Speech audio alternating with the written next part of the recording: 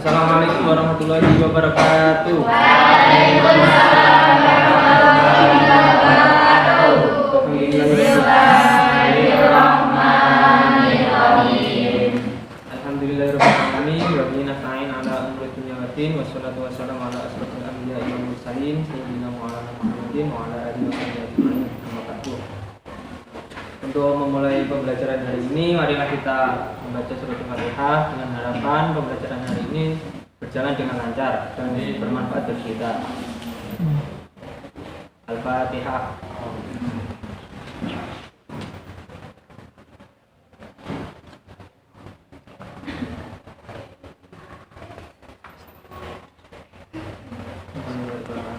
Saya absen dulu ya. Yang ganjil.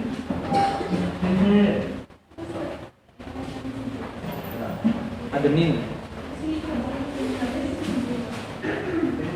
Ali Muhammad. Auliana. Masih di Sulawesi. Kenapa? Masih di Sulawesi. Buat Palu. Ya. Baby Ayu. Fadila. Anita. Isna. Kirana Bintang. Muhammad Nizar. Muhammad Afanal. Muhammad Nasrul ini. Masya. Nini. Raisa. Risa. Romario.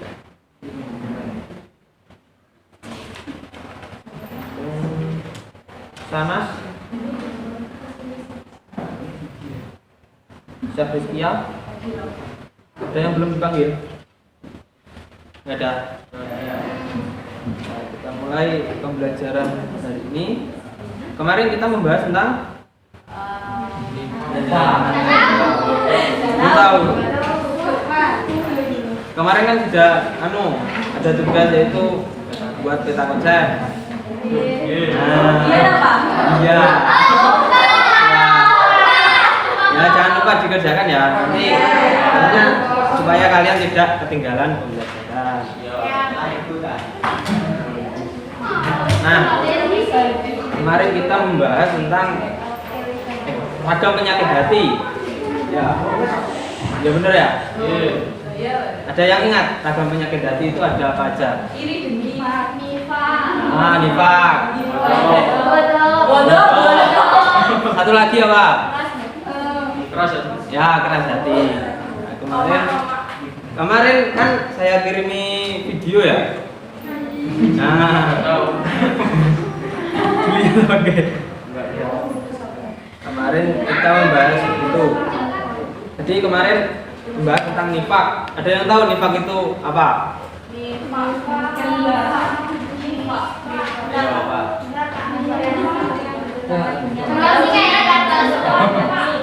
Munafik, Pak. Ya, munafik itu seperti apa? Jadi, kemarin itu munafik itu apabila jadi antara apa yang dikatakan dan apa yang ada di dalam hatinya itu tidak sesuai. Seperti itu. Kemudian nifak kemarin dibagi menjadi ada berapa nifak? Dua. Apa saja? Amali. Satunya apa? Imani. Nah, nifak amali kemarin apa? Buatan. Berkaitan dengan perbuatan. Contohnya?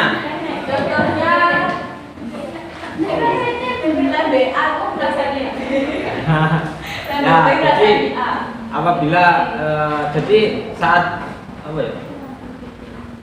Saat di masyarakat itu dia berlaku baik, akan tapi nanti terlihat tanda-tanda kemunafikan. Tanda-tanda orang munafik itu ada berapa? Kemarin. Tidak. Apa saja?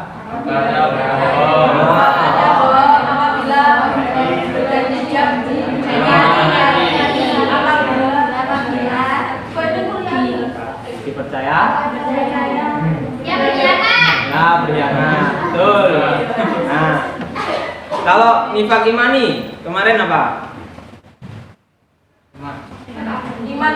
Nah, berkaitan dengan iman, percayaan. Jadinya secara lafaz dia melafazkan kalimat syahadat akan tapi hatinya tidak. Nah, tapi di dalam hatinya itu menyimpan kekufuran. Kemudian kemarin juga membahas tentang selanjutnya apa? Godok. Godok itu apa? Marah. Nah, jadi kemarin dijelaskan bahwasanya marah jadi meningkatnya tensi darah seseorang dikarenakan biasanya marah ini karena tidak suka terhadap sesuatu yang tidak pantas, yang tidak sesuai dengan dirinya. Jadinya seseorang itu merasa tidak nyaman, mangkel dan lain-lain. Nah, sehingga orang tersebut marah. Kemudian dampak marah. Dampak marah kemarin apa? Ya, darah tinggi. Termasuk jadi menyebabkan apa ya? Kesehatan kita itu terganggu. Kemudian apa? Putusnya tali hubungan. Kemudian yang satu lagi. Ya, tidak bijak karena seperti halnya kemarin dijelaskan. Jadi kalau sama hakim itu kalau memutuskan perkara, memutuskan hukum itu tidak boleh dalam keadaan marah, tidak boleh dalam keadaan emosi. Kemudian cara menghindarinya, cara meredam marah itu kemarin ada banyak. Contohnya itu. Nah, apalagi? Haji. Ya kemarin ada wudhu, ada jadi apabila teman kita marah kita harus diam, terus mengajak dia duduk. Nah kemudian berzikir ya. Kalau marah kan biasanya astagfirullah ya.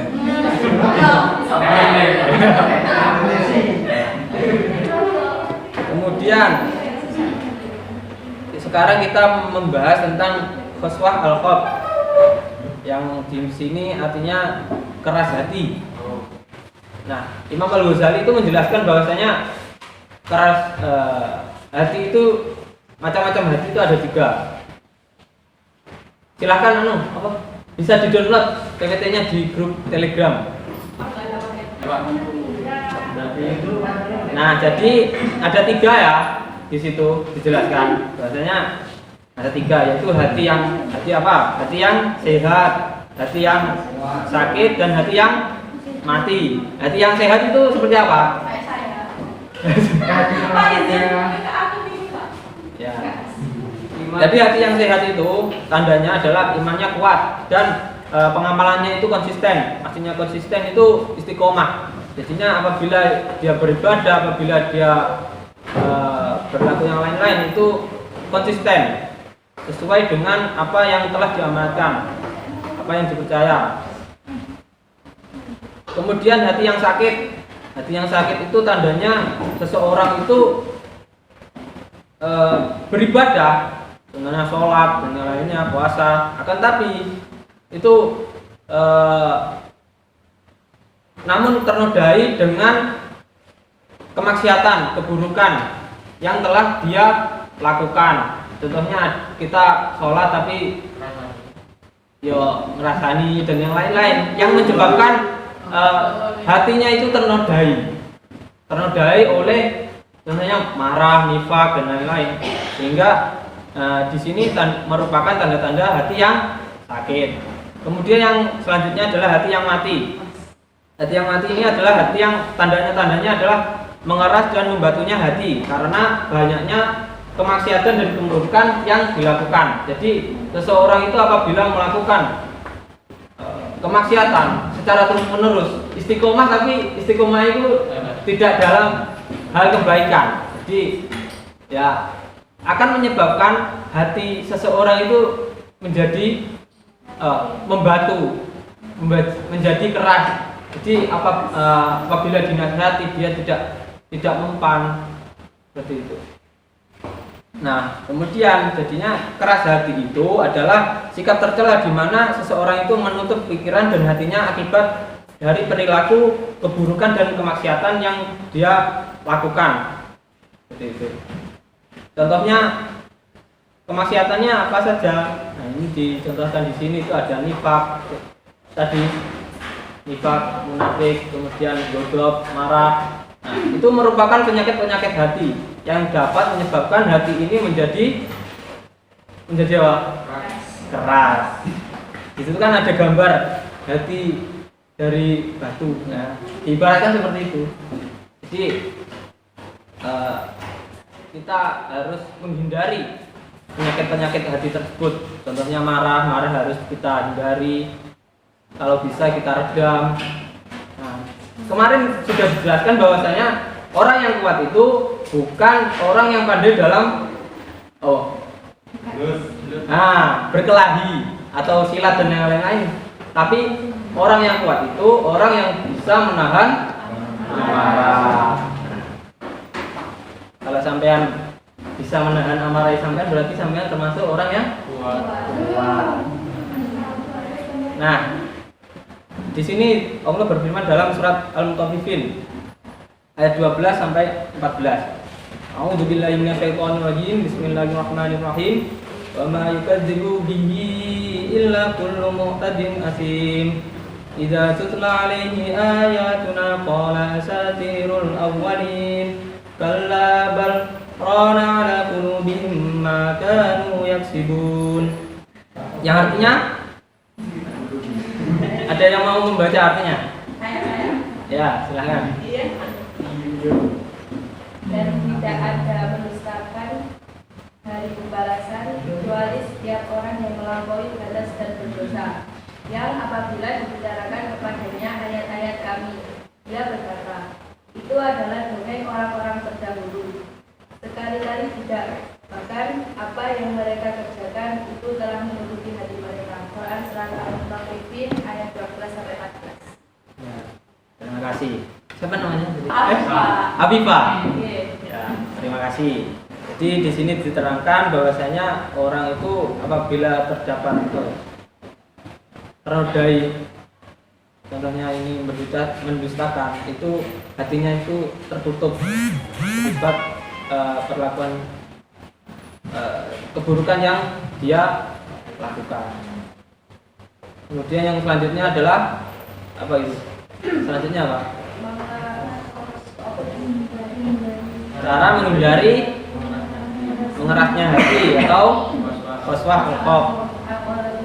Di sini diterangkan menurut Imam Al-Qushairi yang dinukil dari Syekh Ibrahim Al-Aqwas, kita dapat melakukan beberapa hal untuk menghindari kerasnya hati ini. Yang pertama, apa itu? Baca Al-Quran dengan perenungan. Jadi apabila merasa hati kita itu tersakiti, ya siapa ini biasanya tersakiti?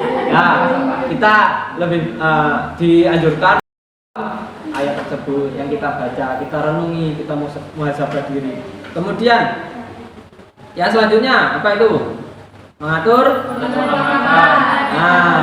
pola makan agar tidak kenyang. Jadi kalau apa ya? Perut yang kenyang. Jadi perut yang kenyang itu identik nanti bisa juga menyebabkan ngantuk, terus hati kita itu menjadi apa ya? Tertutupi karena kenyang, sering kenyang. Nah, supaya hati kita itu bersih, kan kalau puasa itu kan biasanya riyadhah untuk membersihkan apa? Hati, atau biasanya untuk membersihkan hati dan pikiran. Nah, seperti itu. Jadi apabila itu perbedaan perut kenyang dan perut yang suka berpuasa. Kemudian yang selanjutnya apa itu? Bangun malam dan merendahkan di hadapan Allah. Nah, kita harus untuk menghindari kerasnya hati ini, kita sering-sering qiyamul lail, sholat malam, sholat tahajud, witir, dan lain-lain, taubatan nasuha dan yang lain. Nah, kita di situ meminta kepada Allah untuk hati kita dibuka, untuk kita dibuka. Nah, kemudian yang selanjutnya, bergaul dengan orang-orang soleh. Nah, kita harus bergaul dengan orang-orang soleh. Nah, manfaatnya apa? Jadi apabila kita bergaul dengan orang-orang soleh, diharapkan kita juga ketularan, ya. Kalau istilahnya itu apabila kita di dekatnya orang yang bakul wangi-wangian, ya, kita melu, kita ikut wangi, seperti itu. Jadinya apabila kita melakukan kesalahan, nah, orang teman kita yang soleh tersebut mengingatkan kita, sehingga kita tidak mudah terjerumus ke dalam jalan keburukan, kemaksiatan, sehingga kita tetap dalam jalan yang benar. Kemudian yang selanjutnya yaitu berempati kepada orang lain. Nah, jadi kita harus juga melakukan berempati, ikut serta merasakan apa yang dirasakan oleh orang lain. Kita harus respect. Jadi apabila teman kita sedang ada masalah, kita membantunya, memberikan solusi yang terbaik. Kemudian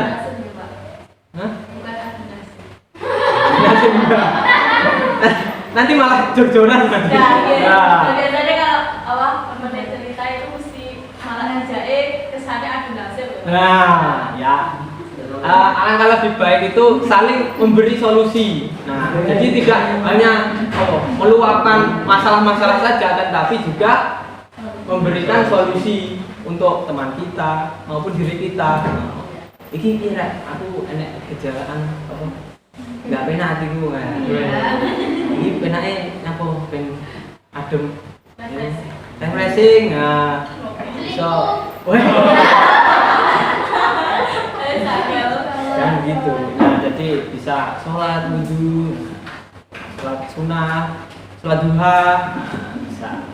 Kemudian di situ selanjutnya itu hadis yang menerangkan apabila bagaimana cara untuk melunakkan hati.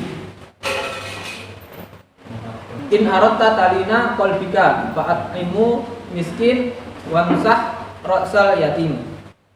Nah, artinya jika kamu ingin melunakkan hati kamu, maka berilah makan orang miskin dan usaplah kepala anak yatim. Jadi di sini diterangkan apabila hati kalian mau lunak, kalian mau melunakkan hati kalian itu dengan cara bersedekah ke fakir miskin.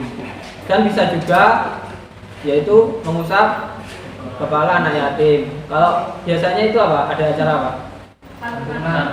Santunan anak yatim. Nah, kemudian yang selanjutnya itu dijelaskan.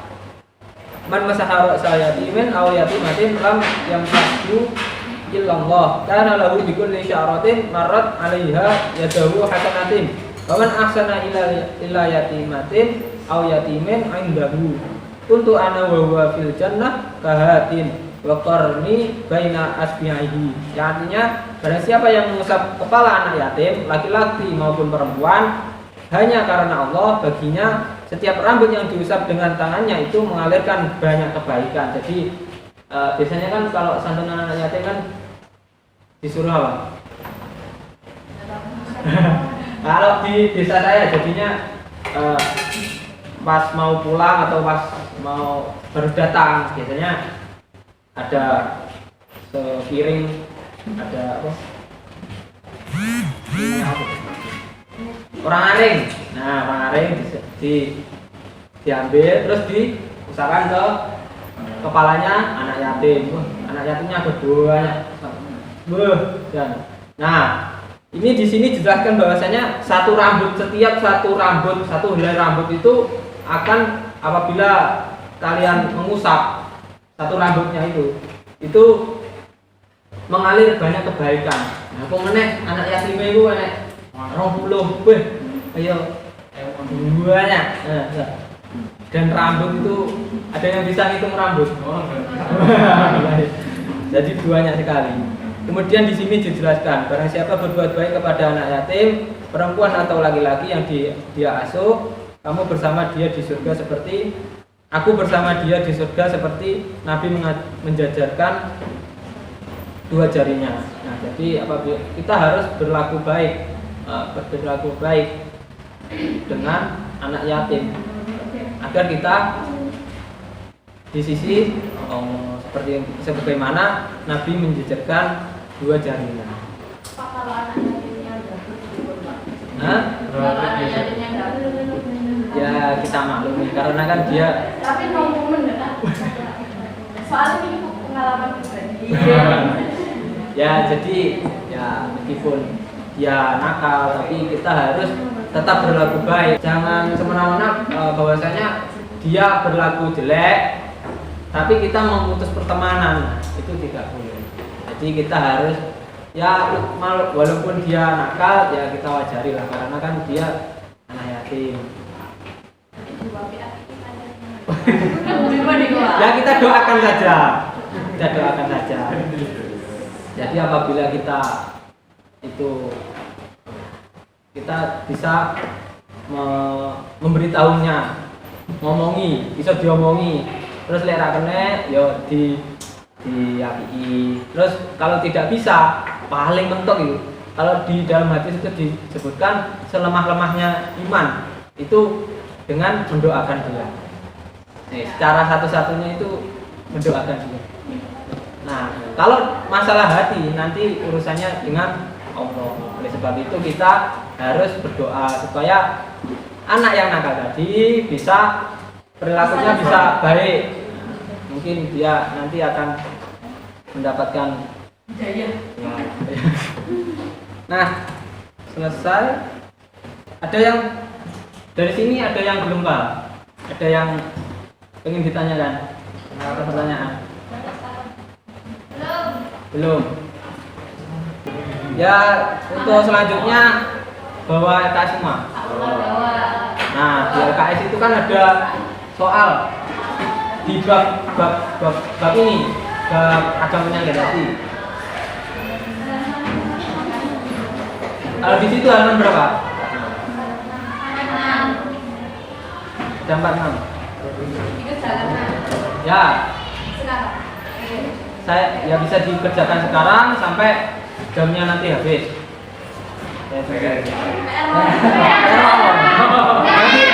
Ya gini nanti kalau ya dikerjakan sekarang, nanti kalau nggak nutut bisa dibuat nanti dikumpulkan seperti biasanya ya, difoto jawabannya saja. Jadi itu kan ada ABC dan uraian.